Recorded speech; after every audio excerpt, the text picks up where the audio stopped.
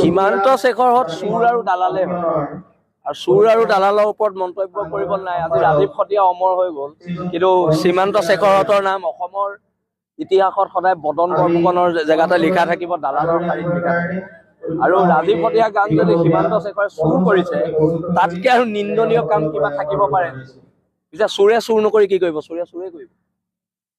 আৰু সাতজনটো অসমীয়া যুৱক এতিয়াও কাৰাবন্দী হৈ থাকিব লগা হৈছে, যিহেতু উলংঘভাৱে প্ৰতিবাদ কৰিছে। না, আমাৰ ল'ৰা এতিয়া 7জনকৈ জেলত আছে। অসম জাতীয়তাবাদী যুৱ ছাত্ৰ পৰিষদৰো এজন সদস্য জেলত আছে।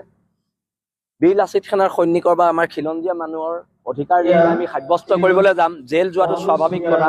আমি ভাবো জেল আমাৰ সদস্যৰ কাৰণে অলংকাৰ হয়, আৰু জেলত যিমানে আমাৰ সদস্য যাব, জাতি সিমানে শক্তিশালী হ'ব বুলি আমাৰ দৃঢ় বিশ্বাস।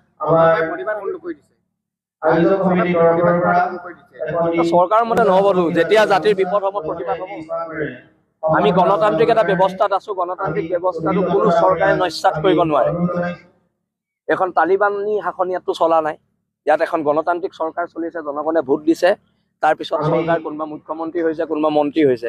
কিন্তু এটা কথাটো হৈছে, যেতিয়া চৰকাৰে জনগণৰ বিপক্ষে কাম কৰিব, তাৰ বিৰুদ্ধে প্ৰতিবাদ কৰিব। দিৱসৰ দিনটোত আজি আমি ডিব্ৰুগড় জিলা সমিতিৰ কুচৰাজমুখী ছাত্ৰ সন্থাৰ উদ্যোগত অনুষ্ঠিত হোৱা 515তম চিলাৰায় দিৱসলৈ আহিছোঁ।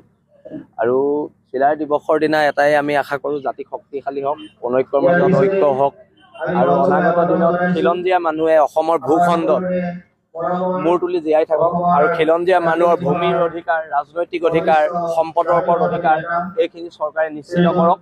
আৰু জাতি বৰ্তমান সময়ত অতি বিপদৰ সময়ত, খিলঞ্জীয়া মানুহ বিপদৰ সময়ত, এই সময়ত আমি খিলঞ্জীয়া সমূহ জাতি জনগোষ্ঠী লগ হ'বলৈ আমি আহ্বান জনাইছোঁ। কেইবাবাৰো বীৰ লাচিত সেনাৰ মঞ্চৰ পৰা আহ্বান জনোৱা হৈছে।